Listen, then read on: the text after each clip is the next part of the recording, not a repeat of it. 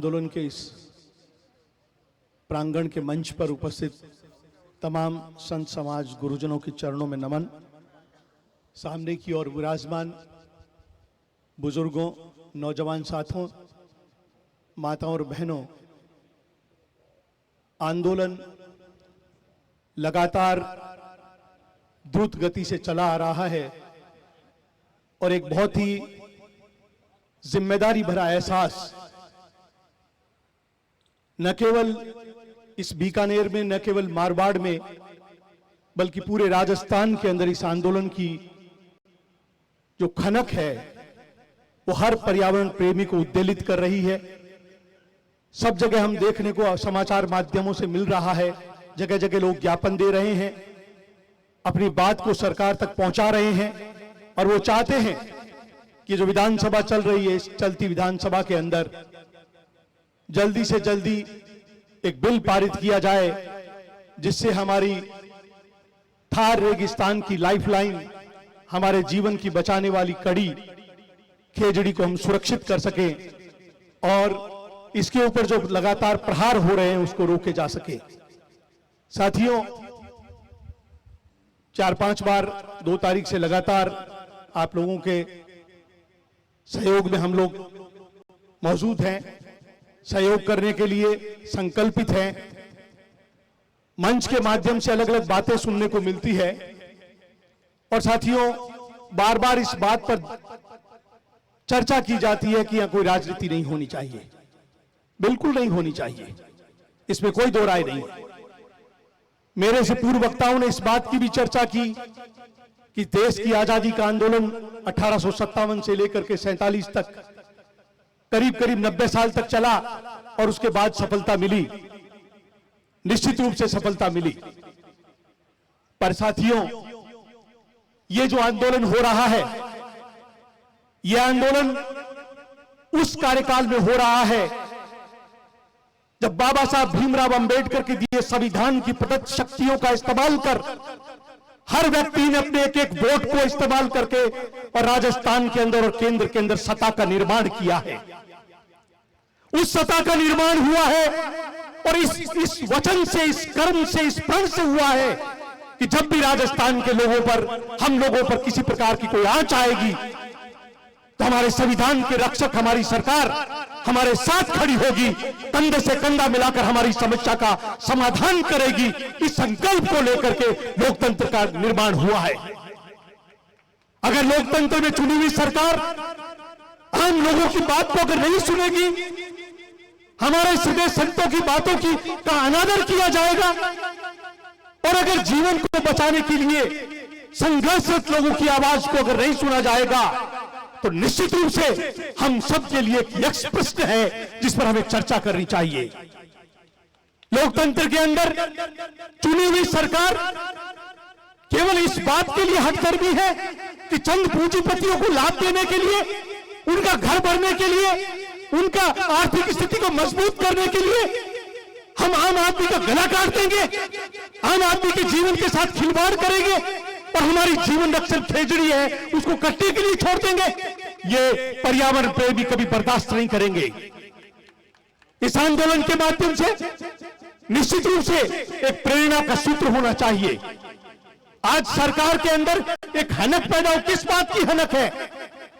संविधान के अंदर हर चुनी हुई सरकार को 5 साल के बाद जनता के बीच में जाना है, चाहे वो पंचायत की हो, चाहे वो नगर पालिका की हो, चाहे विधानसभा की हो, चाहे लोकसभा की हो। जनता चुन करके विधानसभा और लोकसभा के अंदर और पंचायतों में भेजती है, नगर पालिकाओं में भेजती है। अगर चुनी हुई सरकारें इस तरह का अगर निर्णय करेगी और एक सच्चाई के साथ नहीं चलेगी, आम जनता की जरूरतों के साथ नहीं चलेगी, आम जनता को बांध क्या रही है? बार बार हमारे बड़ी वक्ता इसी बात को रिपीट कर, हम क्या मांग रहे हैं? सब इस बात को मांग रहे हैं कि पर्यावरण को बचाने के लिए, हम सबको सुरक्षित रखने के लिए, प्राणवायु मिलने के लिए हमारी खेजड़ी का बचना जरूरी है, हमारी खेजड़ी की कटाई रुकनी जरूरी है, वन पौधों को बचाना जरूरी है।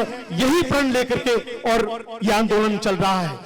साधु संतों के आशीर्वाद से इस आंदोलन के अंदर जिस तरह की ताकत बढ़ रही, जिस तरह से लोगों का सहयोग है, और मैं चाहता हूं ये सहयोग और बढ़ना चाहिए। सहयोग निश्चित रूप से पर्यावरण पे भी मिलकर के इस ताकत को बढ़ाएं और आम लोगों के अंदर ये विचार पैदा करें कि किसी भी रूप के अंदर इस हनक को बर्दाश्त नहीं किया जाएगा। साथियों, जब सत्ता के अंदर सरकार को चुन जाती है, किसी को और पद मिल जाता है, अगर किसी को पावर मिल जाती है, तो बल्कि वो कठोर होने की बजाय उसको निबड़ा होना चाहिए, उसको संयमित होना चाहिए, उसको आम आदमी की भाषा को समझनी चाहिए। लेकिन अगर सत्ता क्रूर हो जाएगी और अगर सत्ता इस हनक के अंदर अपने बट और बूटों से आम आदमी की आवाज को कुचलने का काम करेगी, तो निश्चित रूप से इस तरह के आंदोलन के माध्यम से सरकार को सबक सिखाने की भी आवश्यकता पड़ेगी।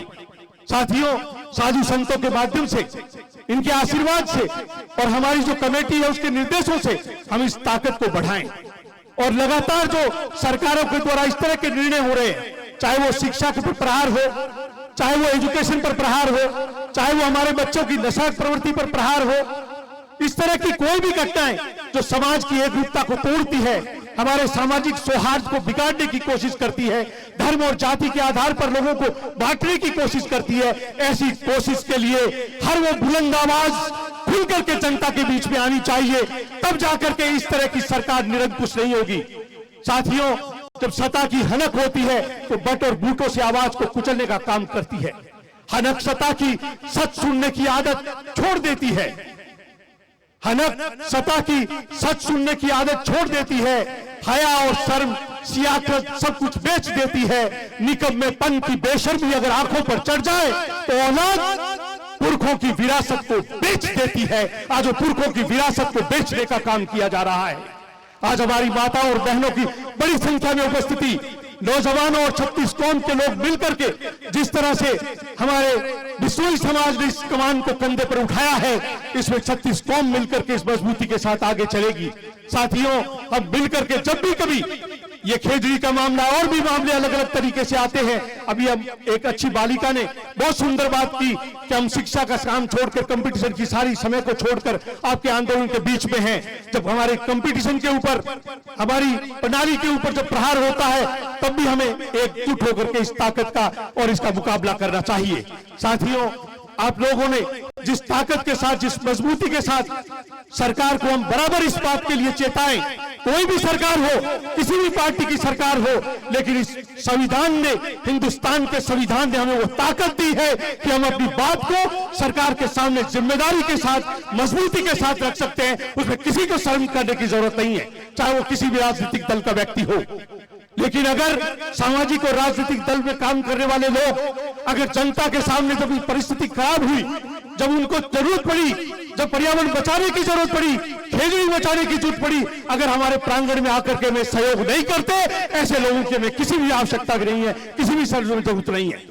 साथियों, ये निश्चित रूप से इस तरह का नोबल कॉज है, एक अच्छा कार्य है। हम चाहेंगे ज्यादा से ज्यादा लोगों को अपने इलाकों से जोड़ें, गांव ढाणियों से भी इस सच्चाई को ले जाकर के बताएं। मैं आयोजन समिति से भी एक गुजारिश करूंगा कि एक अच्छा पैम्पलेट बना करके भी हम गांव में, ढाणियों में, शहरों में, गूंचों में बांटने का भी काम करें, जिससे ज्यादा से ज्यादा लोगों को आगे बढ़ने का मौका मिले, इसमें जुड़ने का मौका मिले। ज्यादा से ज्यादा माताओं और बहनों का आभार व्यक्त करना चाहूंगा, बड़ी संख्या में आपने आकर के इसको ताकत दी है और ये ताकत हम सब के लिए मिलजुल करके काम करने की जरूरत है। और इस आंदोलन की सबसे बड़ी विशेषता यह भी है कि बुजुर्गों के आशीर्वाद से नौजवानों ने इस कमान को संभाला है। और जब नौजवान किसी बात को लेकर के आगे बढ़ते हैं, कहा जाता है कि तूफानों से आंख मिलाओ, सैलाबों पर वार करो, मल्लाहों का चक्कर छोड़ो, तैर के दरिया पार करो, फूलों की दुकान खोलो, खुशबू का व्यापार करो। मोहब्बत अगर खुदा है तो इस खुदा को एक बार नहीं 100 बार करो।